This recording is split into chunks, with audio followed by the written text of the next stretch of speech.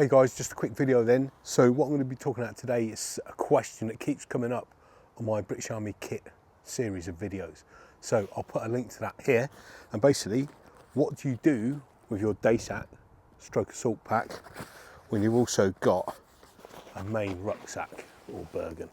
So I explained in the video what you're going to carry in each set of kit, okay? In your assault pack or day sack, you're going to be carrying your patrol kit, your section kit, or whatever you need to accomplish your task. So you're going to have in there, you're going to have water, ammunition, you're going to have support weapons ammunition, maybe some warm kit, possibly a basher, an entrenching tool, things like that. In this one then, so you're going to fight out of that along with your fighting order. But in this one here, what you're going to have is everything to live with.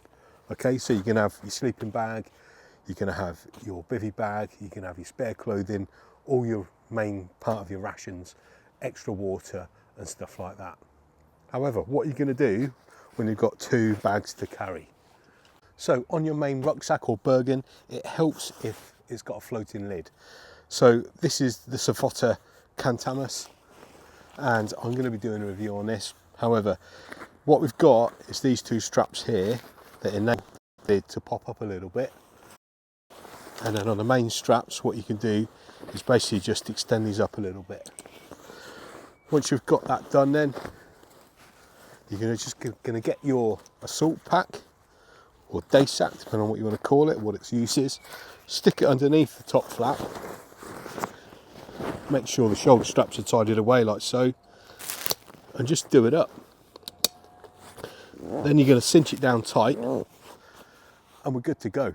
The assault pack, that's going to be carrying quite a lot of weight as well because it's ammunition and water and stuff like that, is where it needs to be, at the top of the pack.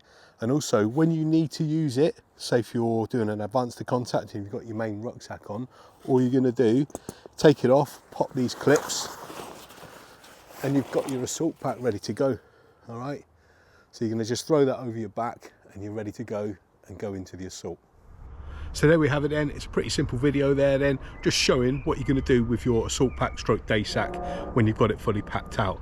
Now the SOP, standard operating procedures, that we used when I was serving in the Pathfinders was that we had our assault packs ready to go, completely packed, so that we could literally just take them out of the top flap of our bergen, chuck them over our shoulder in the event of a contact, or if we was going to be moving forward from something like an OP, or we was going to be patrolling away from, like a base location sort of thing. So we always had our patrol kit with us, just in the case of something was to go wrong, if we got compromised.